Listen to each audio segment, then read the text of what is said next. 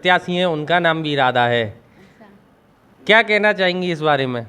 इस बार वो राधा रानी को लेना चाहती है जनता के, हम राधा रानी को लाएंगे। अच्छा, राधा कृष्ण को ना ले आके राधा रानी को लेके आएंगे। राधा रानी नहीं रहेंगी तो कृष्ण कुछ नहीं कर सकते। जब पहले नमस्कार दोस्तों, आपका बहुत बहुत स्वागत है मथुरा न्यूज़ 24 में। मैं हूं आपके साथ पवन ठाकुर। इस वक्त हम मौजूद हैं वार्ड नंबर 67 में, और जहां केवल दो ही प्रत्याशी मैदान में उतरे हुए हैं जिनका आपस में कड़ा मुकाबला है। एक निर्दलीय प्रत्याशी हैं जो कि लगातार तीसरी बार चुनाव लड़ रहे हैं, पहले सभासद रह चुकी हैं राधा देवी जी। 8 सदी के चुनाव हुए थे उसमें भी लड़े थे और कुछ मात्र 36 वोटों से पीछे रहना पड़ा, इनको हार का सामना करना पड़ा। और इस बार इनका और भाजपा का आमने सामने का मुकाबला है। देखना होगा जे कि इस बार क्या ये विजयी हो पाएंगी या फिर से कमल खिलेगा। हमारे साथ मौजूद है इस वक्त राधा देवी जी। हम उनसे जानेंगे कि क्या है उनका चुनावी मुद्दा, और जो पिछली बार 36 वोटों से रह गई थी उसका क्या था कारण, और इस बार क्या तैयारी की है उन्होंने, क्योंकि इस बार कोई भी प्रतिद्वंदी इनके सामने नहीं है, केवल एक ही प्रत्याशी है। पिछले चुनावों में मेरे ख्याल से लगभग 3-4 प्रत्याशी रहे होंगे जिस वजह से ये रह गई हैं। इस बार कोई प्रत्याशी नहीं है, केवल भाजपा से राधा कृष्ण पाठक जी हैं और निर्दलीय प्रत्याशी ये हैं। और मैं इनसे ये भी जानूंगा कि ये हर बार अपना जो चुनाव चिन्ह घंटी ही क्यों लाती हैं। बहुत बहुत स्वागत है आपका हमारे चैनल मथुरा न्यूज़ 24 में। सबसे पहले तो मेरा सवाल रहेगा कि जो आपका पिछला चुनाव रहा किस कारण से हार रही, क्योंकि बहुत कम वोटों से आप हारे हैं, क्या कारण रहा? ये तो हम बता नहीं सकते हैं कि क्या कारण रहा क्या कारण नहीं रहा। ये तो जनता के लिए मालूम है, या हमारे लिए मालूम है, या ठाकुर जी के लिए मालूम है। क्योंकि ये सब चीज़ कहने वाली नहीं होती है कि मतलब किस कारण से या किस कारण से नहीं। ये तो मालूम था कि नाम तो घोषित हो चुका था इनका, हमारे पति का नाम तो घोषित हो चुका था, लेकिन पता नहीं कुछ राजनीतिक उसमें हुआ है जो नहीं हो पाए। लेकिन उस बार जो हो गया सो गया, इस बार ये नहीं हो सकता है। उसमें अब हम लोग भी बहुत ज़्यादा सक्रिय हो चुके हैं। मतलब इस बार आपको पूरा विश्वास है कि आप जीतेंगे? 100% हमें विश्वास है कि हम जीतेंगे। लगभग कितने वोटों से आप जीतेंगे इस बार? हम 300 पार करेंगे। अच्छा, देखिए आप हर बार चुनाव में घंटी ही क्यों लाती हैं? आप जब सभासद थे तब भी आपका चुनाव चिन्ह घंटी था, और पूर्व में जब चुनाव हुए थे तब भी घंटी चुनाव चिन्ह, और इस बार भी घंटी, ऐसा क्यों है? ये हमारे ठाकुर जी की देन है। ठाकुर जी के उसमें है, तो ठाकुर जी के लिए तो हर एक आदमी घंटी, सबसे पहले तो घंटी ही यूज होती है। तो ठाकुर जी ने हमारे लिए प्रेरणा दी है कि आप घंटी लीजिए, तो हम बस घंटी चूज़ करी तो घंटी ही लिए। नहीं, ऐसा कुछ खास है क्या घंटी नहीं में? नहीं, ऐसा कुछ खास नहीं है, सिर्फ ठाकुर जी की वजह से हमने लिए, लेते हैं। और ठाकुर जी की ही हमारे ऊपर कृपा है, और ठाकुर जी ही कृपा करेंगे हमारे लिए। अच्छा, जब मैं आ रहा था मैंने पता करा तो वो लोग कह रहे थे वो घंटी वाली हैं, ऐसा कुछ है क्या? हाँ जी, घंटी वाली के ही नाम से हम लोग जाने जाते हैं ज़्यादातर के। घंटी वाली के यहाँ चले जाना, ऐसा काम हो तो घंटी वाली से करवा लेना। ऐसा क्यों है? नहीं, प्रसिद्ध हो गए इसलिए। 15-20 साल है इस बार, तो हर एक जनता का आशीर्वाद है, जनता हमारे लिए मानती है, इसलिए वो घंटी वाले के नाम से कहते हैं। क्या चुनावी मुद्दा रहेगा इस बार? चुनावी मुद्दा हमारी सबसे ज़्यादा जनता पानी से परेशान है। दूसरी चीज़, हमारे यहाँ सड़क निर्माण नहीं है, नाली नहीं है, हमारे यहाँ पे बिजली की व्यवस्था नहीं है, हमारे यहाँ पे जो सोडियम वगैरह होने चाहिए कुछ भी नहीं है।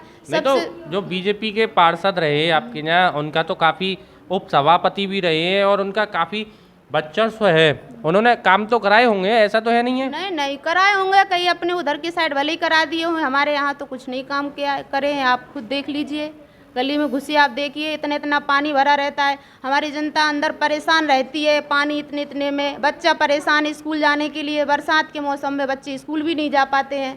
तो अब वो कुछ भी कहें, उन्होंने कुछ भी किया हो, ये तो जनता बताएगी ना। अब उनके लिए 5 साल जनता उनके पीछे फिरी, या 5 साल के बाद में वो जनता के पीछे घूम रहे हैं, तो घूमे, उससे क्या है। अच्छा, अगर आप जीतती हैं तो आप ऐसा क्या कार्य कराएंगी जिससे जनता जो पीछे नहीं हमारे होगी? यहाँ पे कार्य नहीं हुए हैं वो हम कार्य कराएंगे। पानी नहीं है, सबसे पहले तो हमारे यहाँ पे हम पानी की व्यवस्था करेंगे, पानी लाएंगे। नाली नहीं है हमारे यहाँ, सफाई वाले नहीं है हमारे यहाँ पे, लाइट की व्यवस्था हमारे यहाँ पे नहीं है। ये सारे मुद्दे हमारे हैं। यदि जनता आशीर्वाद हमारे लिए देती है तो ये हम काम स्वयं करेंगे। इनके अलावा कोई मुद्दा? और जो जनता की होगी समस्या, उसमें हम खड़े हैं तत्पर, आधी रात जनता के लिए खड़े हैं। जो जनता की सेवा होगी हमारे लायक, हम करेंगे।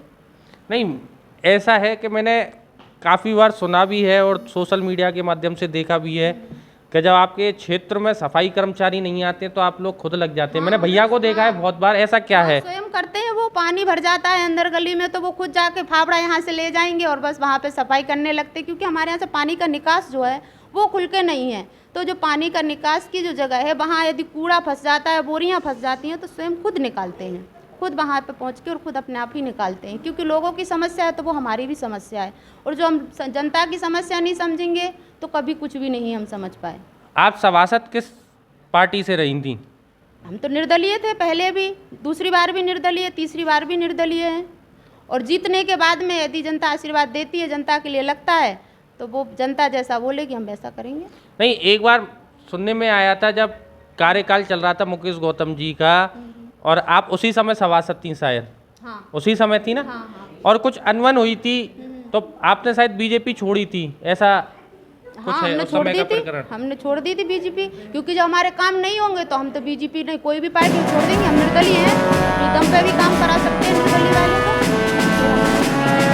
हमारा तो काम होना चाहिए जनता, ये नहीं है कि काम नहीं होगा तो बीजेपी है, कांग्रेस है। हमारा काम होना चाहिए, चाहे बीजेपी से हो, चाहे निर्दलीय से हो, चाहे कोई भी सत्ता हो, काम होना चाहिए जनता का, काम नहीं रुकना चाहिए। वार्ड नंबर 67 की जनता से क्या कहना चाहेंगी आप? वार्ड नंबर 67 की जनता से यही कहना चाहती हूँ मैं कि अपना आशीर्वाद मुझे दीजिए, और यदि इस बार हम जीत गए तो आपकी सेवा में तत्पर्य, हम आधी रात के लिए तैयार हैं उनकी सेवा में। आप इस बार जैसे पहली बार आशीर्वाद दिया था हमारे लिए, इस बार भी मेरे लिए आशीर्वाद दीजिए आप, तो मैं जैसा जनता कहेगी हम वैसा करने के लिए तैयार हैं, क्योंकि जनता की सेवा करेंगे तभी हमारे लिए आगे बढ़ सकते हैं। देखिए, आपका नाम भी राधा है और जो आपके सामने प्रत्याशी हैं उनका नाम भी राधा है।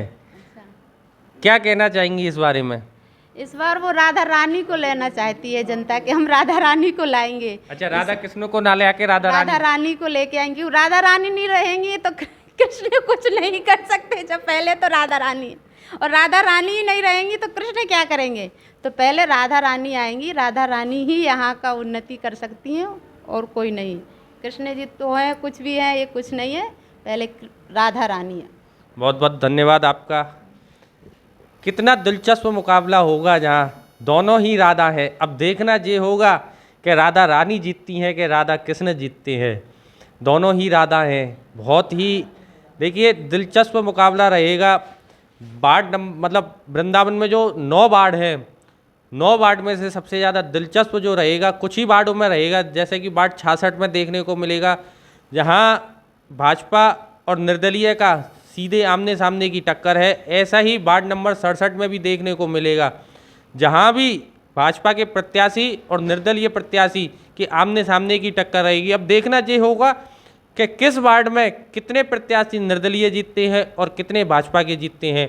जैसा कि राधा रानी ने बताया कि हम इस बार 300 वोट से जीत रहे हैं और पिछले 5 साल में कोई कार्य नहीं हुए। अगर हम आते हैं, जनता हमको जिताती है, तो हम उनको पूर्ण विश्वास दिलाते हैं कि हम पूरा कार्य करेंगे और जनता के साथ रहेंगे। ऐसी अन्य खबरें देखने के लिए मेरे साथ जुड़े रहिए और देखते रहिए मथुरा न्यूज़ 24।